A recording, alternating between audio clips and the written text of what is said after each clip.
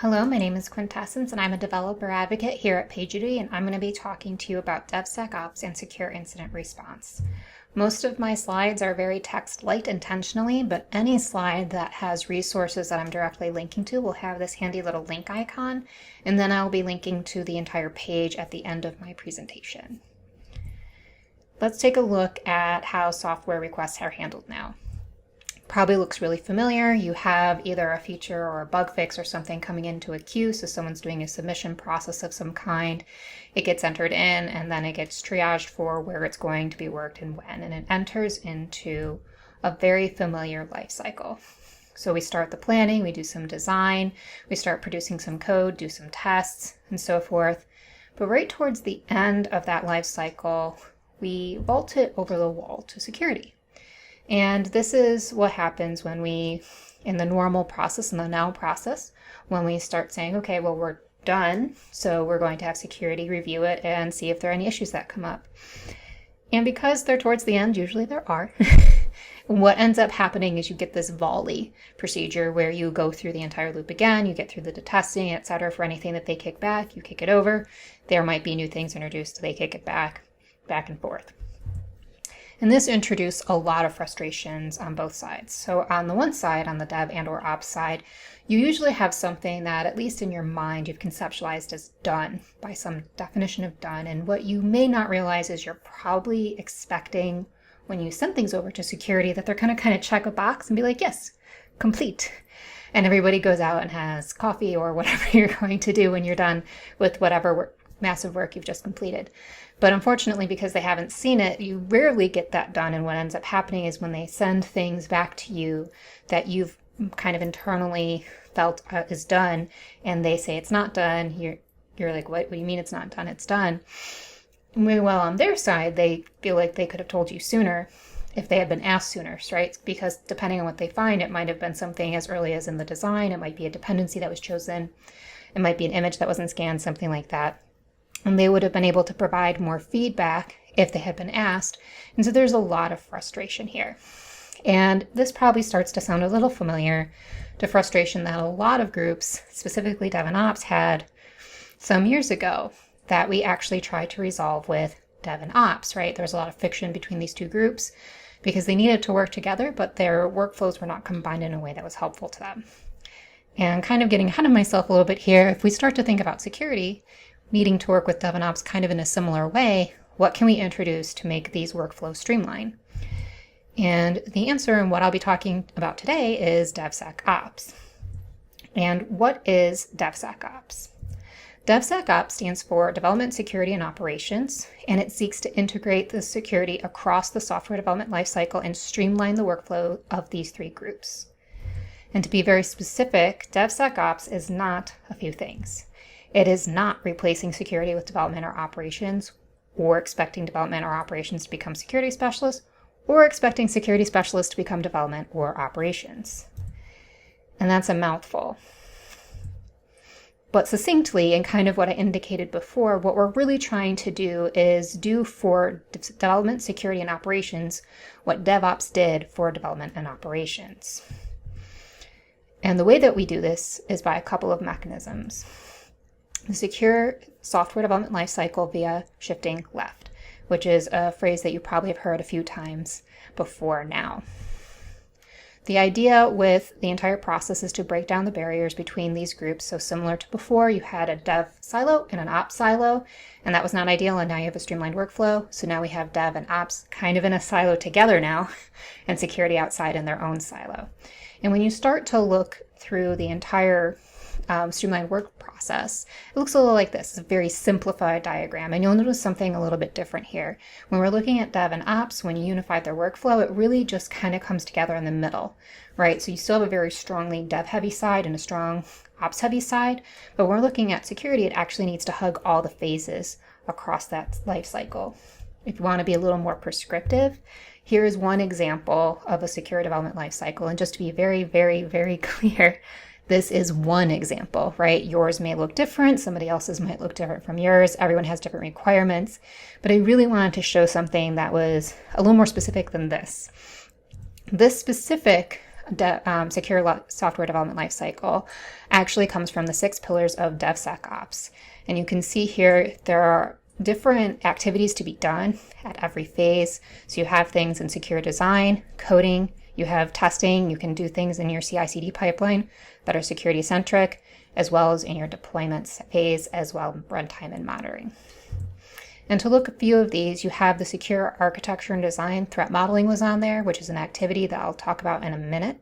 So I won't get ahead of myself there. But we also have the SAST and DAST testing, which are static and dynamic application security testing. Some of these can be automated. Some of these really cannot be due to their duration. You can also have scanning of images and dependencies to make sure that they're not introducing vulnerabilities that you weren't aware of. Buzzing, which tests your inputs. So if you have an application where you have a form, if it's requiring, let's say, a date and you put in a binary, does it crash? Does it try and run it? Who knows, right? So all of these things are things that security can do, and you'll want to work with them to see what needs to be done with whatever products or services you're building. And just really quickly, the reason we call this shifting left, you look at this type of diagram, shift left just means do earlier. You can see as we go leftwards in a diagram that's left to right, that just means we're doing it earlier, all the way at the beginning of the design phase. Something that's very important, and I cannot stress this enough, do not try and do this yourself from scratch. Starting from zero will be a very painful experience, even if you have some pretty experienced security people on your team. There's a ton of information available online. There are frameworks you can work from. You do not need to implement the frameworks line by line unless there is another requirement, industry or otherwise, requiring you to do so. But what you can do is take a look at these frameworks and figure out what works for you so that, again, you're not starting from zero, you're starting from somewhere. And some common frameworks for this are the BSIMM, DSOM, and SAM, and links for these are provided at the end. So I'm not going to belabor this too much. Just wanted to be very clear that, again, you don't have to start from scratch. You can work with your team and you can work with others to get more information. Now let's talk about the how, because when you're thinking about doing a cultural initiative, you're going to make changes into your organization. You're going to lean in on that sweet, sweet cultural support, which means that you're going to have to work with humans, which is always an interesting time. And when you're thinking about humans, you need to keep track of who you're working with, right? Because you have the humans that are going to do the implementation, people who are actually going to be practicing the cultural values and or making the changes, people who write the code, for example, and then people who make the decisions and do broader strategy. And one common analogy we see in the space about things like this is the blunt end and the sharp end, or the pointy end. If you want to say sticking with the pointy end, I really just wanted to quote Game of Thrones for you, is really what it gets down to. Okay, but for the sharp end, you have the high risk, low power, and these are the people writing the code or doing the builds or whatever their task is. And what that means is that they're doing the implementation, but they're not making the decision in the broader sense.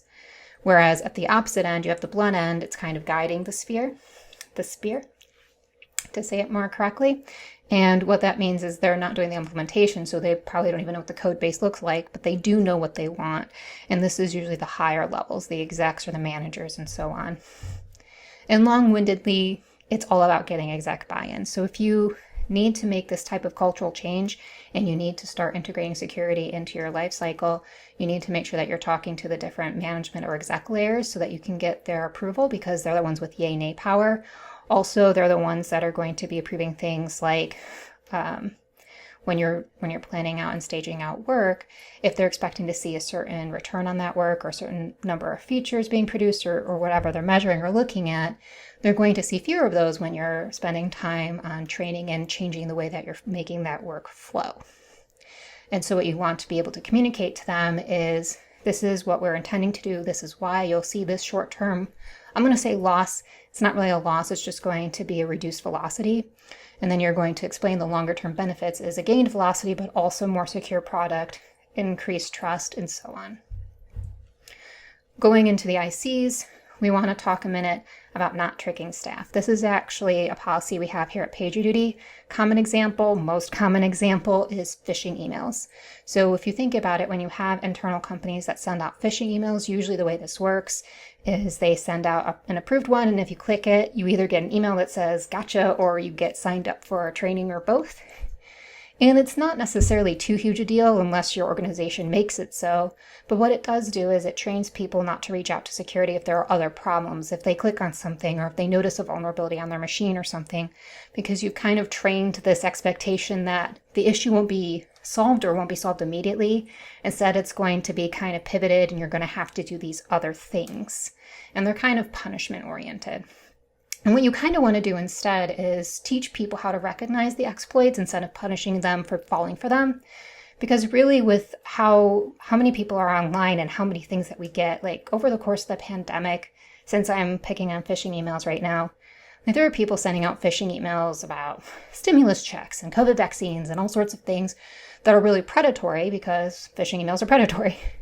But when you have the security organization kind of mirroring that, that's the mindset that the rest of the staff is going to get, especially if they're not really adjacent to security at all. What you can do instead is teach them how to recognize them.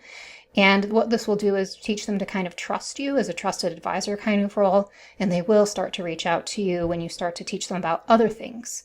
And speaking of all that teaching, you want to make sure you're doing trainings. A lot of us have probably attended mass market security trainings of one flavor or another, and they are still useful, just to be clear, right? It's better to have something rather than nothing, but it's also not very tailored. So you might find yourself in one of these mass market trainings where you're getting trained a lot on one specific topic. Maybe it's setting up MFA, maybe it's the phishing email thing, maybe it's don't download attachments, whatever it is. And you get this really heavy training, but it doesn't actually touch on things where you personally or your staff collectively are weak. And what can really help with that is if you have a security team that's able and has enough staff to maintain this, they can actually look to see where are people strong, where are people weak. You can customize a training to actually kind of be very light touch on the things that people find easy and dive deeper into things that people find hard. Relevant to this, you'll notice that there's a little link in the corner. We actually have our kind of sanitized version of our internal security training up on our website under the Apache 2 license. So kind of going into that, please don't start from scratch. You can also clone this, brand this, update it, make it fit your own organization, etc. And in fact, we strongly encourage you to do so. Something else that we like to talk about on the security side is full service ownership. So briefly, full service ownership is when you own the life cycle of a service you're working on. What can help in this case is if you have security own a security relevant service.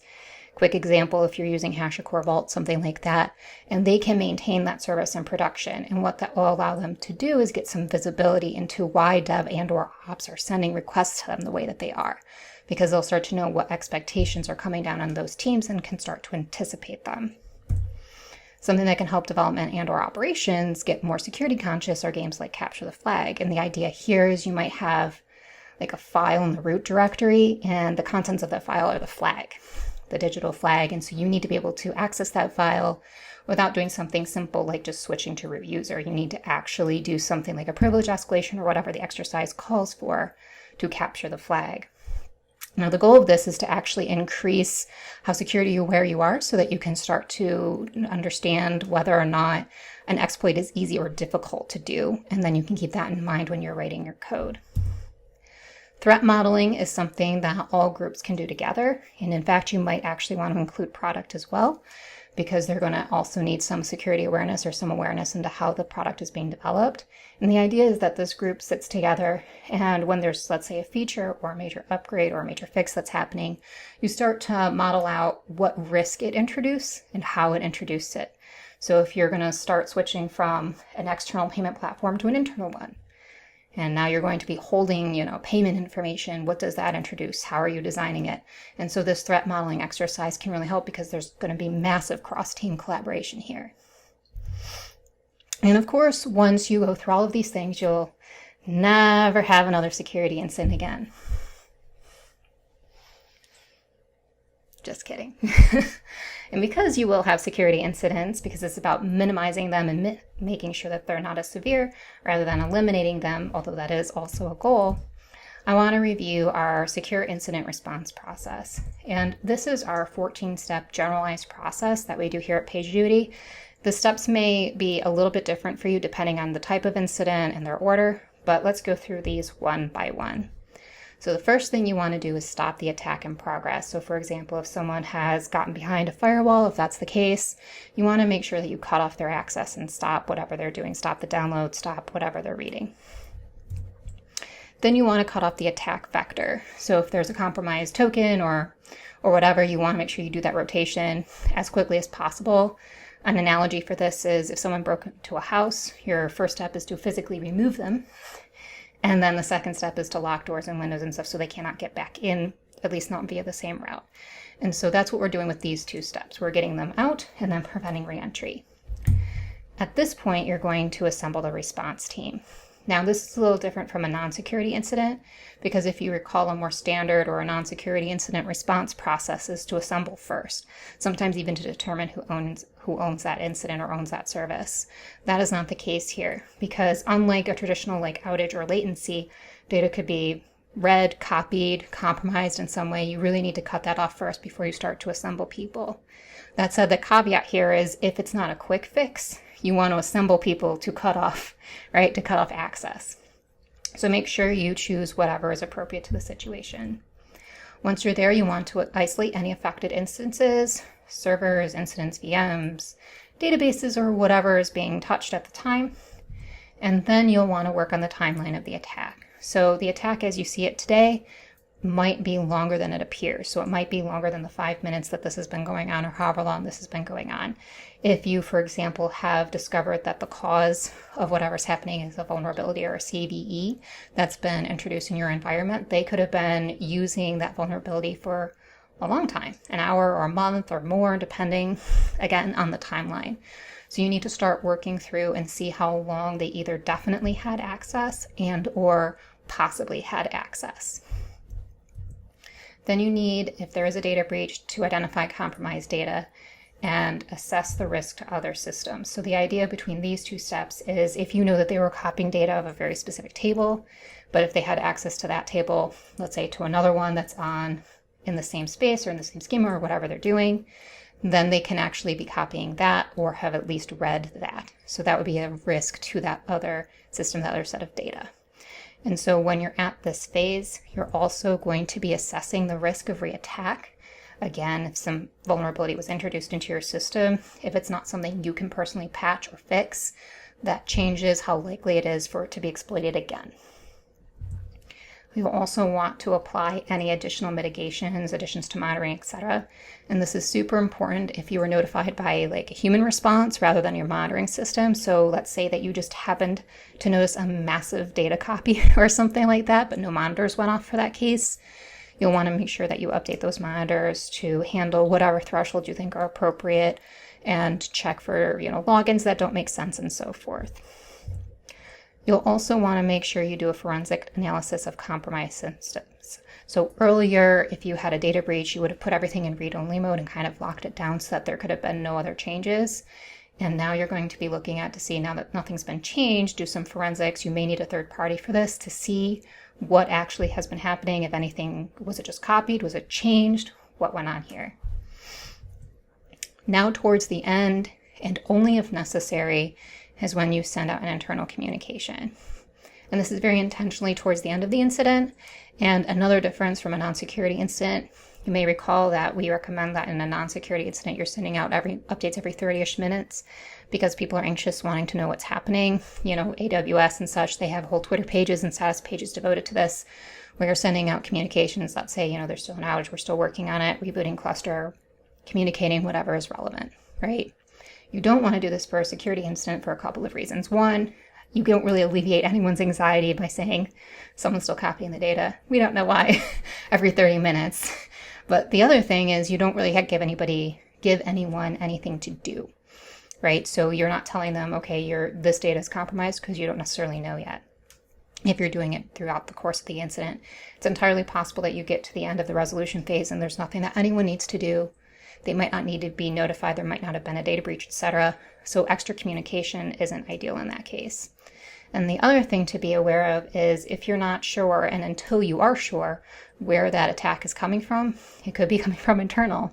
You never know. So one of the people I spoke with while building this presentation said that he likes to assume worst case at the start, before you get everything locked down. But then once everything is like cut off and getting ready to be analyzed and looked at, you want to assume best intent, because usually, especially if it's internal, people don't mean to trip whatever alarm they've tripped. They just weren't aware. In the more severe cases, especially if there's any external or any sort of compromised personal data, you might need to involve law enforcement. You might have a requirement for this regardless. So if you do, this is the step you do it when you have all the information in one place. You also want to make sure you reach out to any external parties that may have been used as attack vectors. This is only if you have the appropriate contact. Don't send it to their hello @ it'll look like spam. See previous slide, right? Make sure you know who you're contacting on their security team. If you don't, you might want to let law enforcement proxy that for you. But for example, if you have like a public computer at a university or a library that was used to attack yours, that institution does need to know, because now it's a security incident for them. And at this point, and again, only if necessary, is when you send out the external comms, the customer communications. We've all gotten those emails where payment information compromised, data breach here, you do not have to do anything, / the data was anonymized, or whatever they need to communicate. And this is really just what data was compromised, what data was not compromised, and if you need to do anything.